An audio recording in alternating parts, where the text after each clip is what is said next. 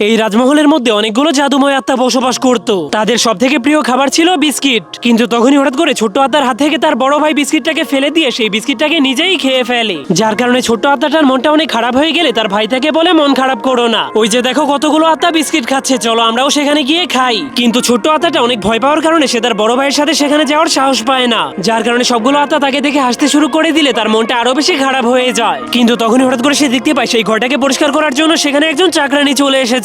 এই জন্য সবগুলো আত্মা তাকে দেখে অনেক ভয় পেয়ে যায়। এরপর চাকরানি ঘর পরিষ্কার করার জন্য ক্লিনার মেশিনটাকে চালু করে দেয়, যার কারণে ছোট আত্মাগুলো প্রচন্ড বাতাসের কারণে তার মেশিনের মধ্যে ঢুকে যেতে শুরু করে। তখন সেই ছোট আত্মাটার বড় ভাইও সেই মেশিনের মধ্যে ঢুকে গিয়েছিল, যা দেখার পর ছোট্ট আত্মাটা অনেক কষ্ট পেয়ে তার ভাইয়ের জন্য চিৎকার করে ওঠে। এরপর সে মনে মনে ভাবতে শুরু করে যেভাবেই হোক না কেন আমি আমার বড় ভাইকে এই বিপদের হাত থেকে বাঁচিয়ে আনবো। এই জন্য সে লুকিয়ে লুকিয়ে তারের প্লাগের কাছে চলে যায়। এরপর সে একটা সেফটি পিনকে স্প্রিং এর মতো ব্যবহার করে উপরে উঠে যায়। তখন সে অনেক টানাটানি করার পর ভ্যাকুয়াম ক্লিনারের প্লাগটাকে খুলতে সক্ষম হয়। এরপর জলদি করে একটা টেবিলের পায়ের পিছনে লুকিয়ে সেই চাকরানি কি করছে তা দেখতে শুরু করে। তখন সেই চাকরানি মনে করেছিল হয়তো সেই প্লাগটাকেও খুলে ফেলেছে। এই জন্য সে যখনই আবারও সেই প্লাগটাকে লাগাতে যায় তখনই সেই ছোট আত্মাটা মেশিনের মধ্যে ঢুকে সবগুলো বন্দী হয়ে থাকা আত্মাকে বাঁচানোর জন্য মেশিনের ভেতর থেকে বের করে দেয়। কিন্তু সবাইকে বাঁচাতে গিয়ে সে নিজেই সেই মেশিনের সাথে আটকে যায়, কারণ সে বের হওয়ার আগেই সেই শয়তান চাকরানি আবারও সেই প্লাগটাকে ঢুকিয়ে দিয়েছিল। তখন তার পিছন দিয়ে অনেক ধারালো একটা মেশিন ঘুরছিল।